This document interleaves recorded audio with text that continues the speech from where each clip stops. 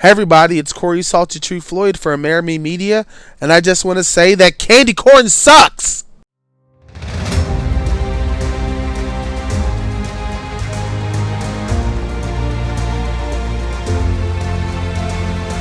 Hey everybody, it's Halloween time. It's time to put on our best costumes, our best cosplays, go out in the town, hit a couple bars, go to a couple parties, and if you got family, of course, it's time for trick-or-treating! Oh, right, yeah. Well, quarantine, pandemic, the Rona. Well, is always Plan B, and Plan B is always horror movies, and of course, we have a lot of them. Across all platforms, you got your Netflix, you got your Hulus, you got your Amazon Primes and all that good stuff. So I'm at least going to talk about 5 great movies to sit down and watch this Halloween. Now, the first one, believe it or not, is Silent Hill. Don't leave. I know. Video game movies bad, but Silent Hill, good. Especially for a horror film. It's an adaptation of the game of the same name. You play a character, Rose, who's trying to find her missing daughter in the desolate town of Silent Hill, which at sometimes is really bright and covered in falling ash because of a mysterious coal fire.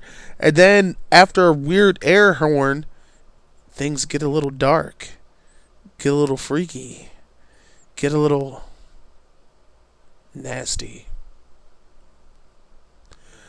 You got these weird little goobs and goblins and weird angry roaches with weird little faces, and a dude with a big ass sword and a pyramid head, aptly named Pyramid Head. I mean, I guess that's an easier name to go with. You don't want to go with, hey, that's Bob. It's like, what's up, Bob? Large sword, slam, angry. But I think it's actually a really good horror film. It definitely has a lot of mystery to it. It has a great atmosphere, outstanding cast, and it's also one of those rare, very rare movies where Sean Bean doesn't die.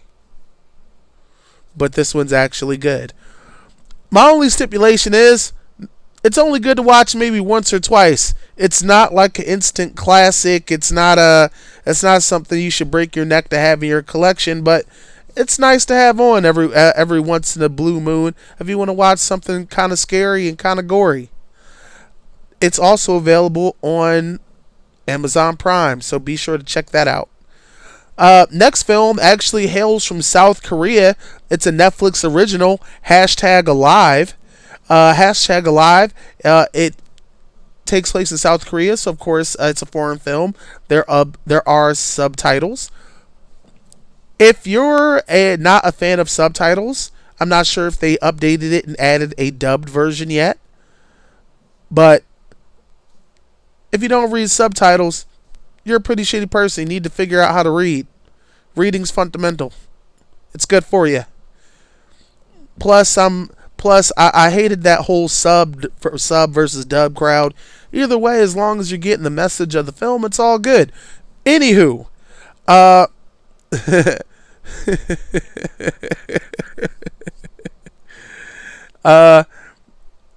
main character is actually hanging out. His name's Jun Woo. He's a little resident streamer in South Korea. He's sitting around enjoying his day. Then all of a sudden he hears a wild commotion outside. Apparently there's a crazy virus pandemic going on. That's mildly convenient. But this ain't no regular pandemic. It's infection, zombies everywhere, little kids munching on their parents, police officers getting torn down.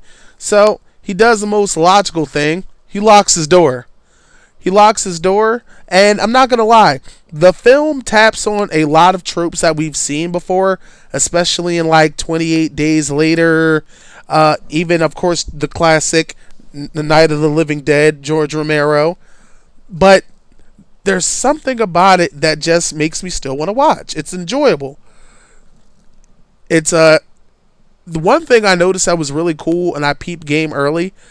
The film is the set, the apartment complex. You can tell it was built for the film, so I thought that was really really cool.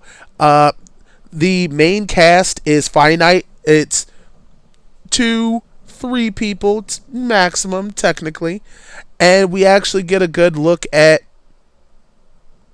how someone would handle a pandemic to a certain extreme, because of course there's flesh-eating zombies and not just people outside wearing masks. I'm gonna leave that. But honestly, I actually think it's a really fun movie. I want you to check it out. I don't want to give up the details. I don't want to give up details to anything I'm talking about today. So it's on Netflix. #Alive. I think it's actually a fun film. Next up is also pretty recent. Halloween from 2018. Now, of course, the Halloween franchise has spread pretty wide, and it's also gone to really weird places. Weird Mike Myers type cults. Of course, the infamous Season of the Witch, which was supposed to try and turn the series into an anthology series.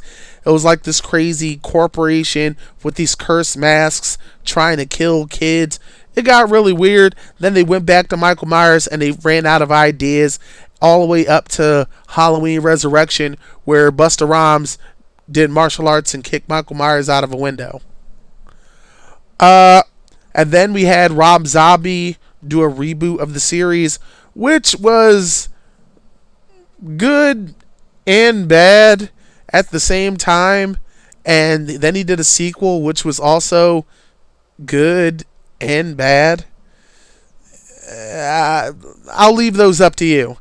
But this movie was actually set up to be a direct sequel from the very first one. So they took the entire Mike Myers timeline and was just like, trash. Yeah, this is the sequel.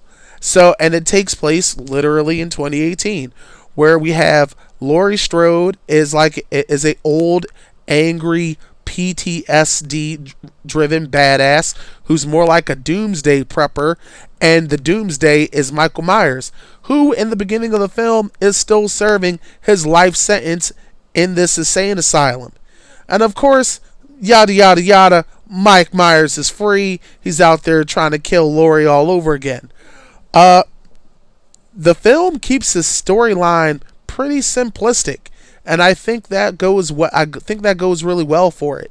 It doesn't have to do any over the tops. There's a lot of great tracking shots of Michael Myers on his killing spree. There is some dry humor, but not too much. Of course, there's some teen cannon fodder, because you can't do a slasher without dumb teens getting killed. You can't. It's like peanut butter without the jelly. You just got peanut butter and you're gonna choke, just like how Michael Myers tends to choke people out every once in a blue moon.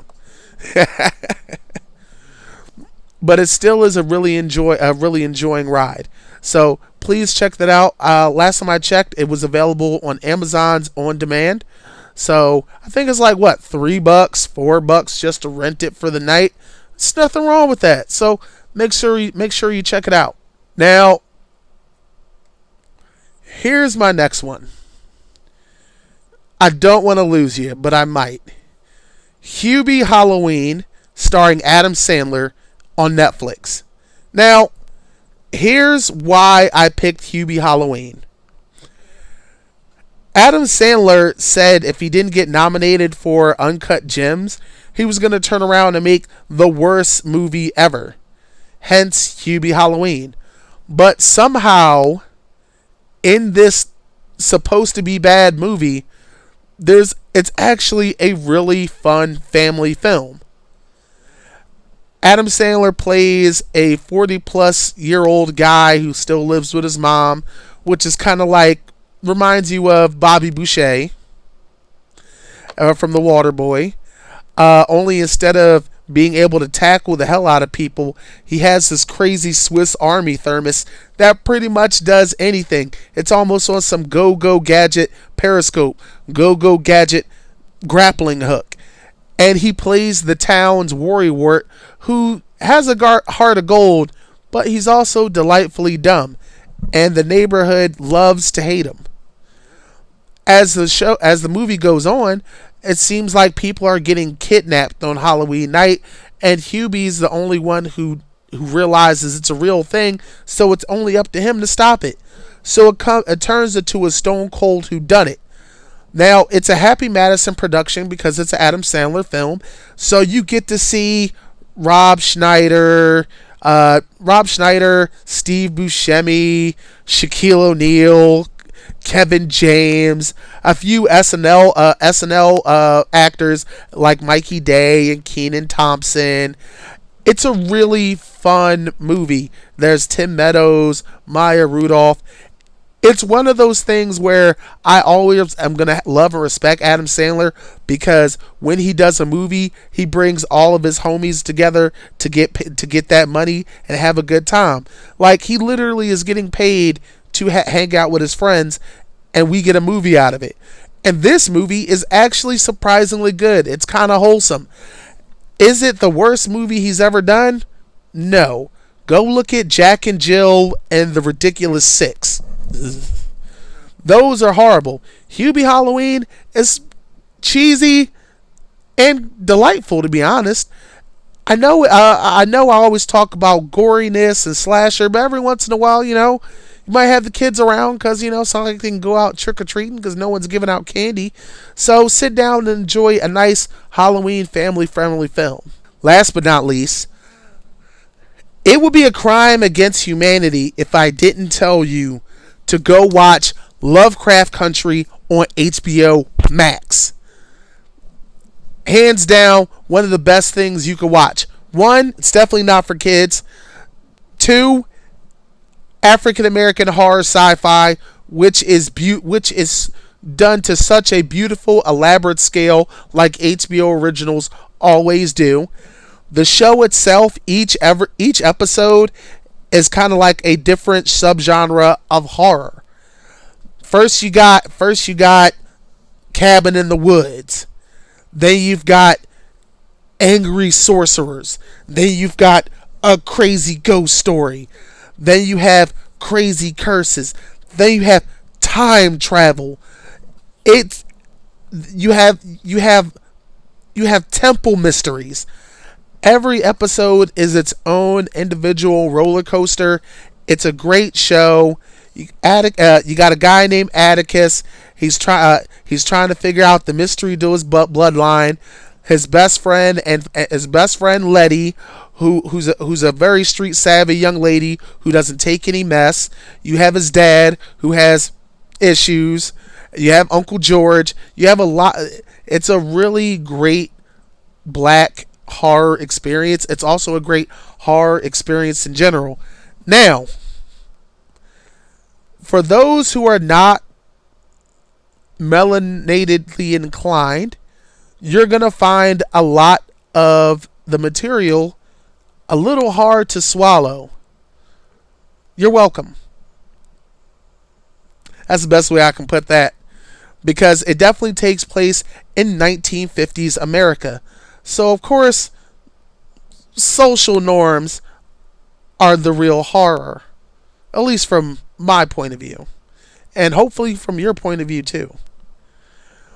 The social commentary is there, like it is in most horror, so I don't think anyone should try and play that card, because a lot of horror does have social commentary in it.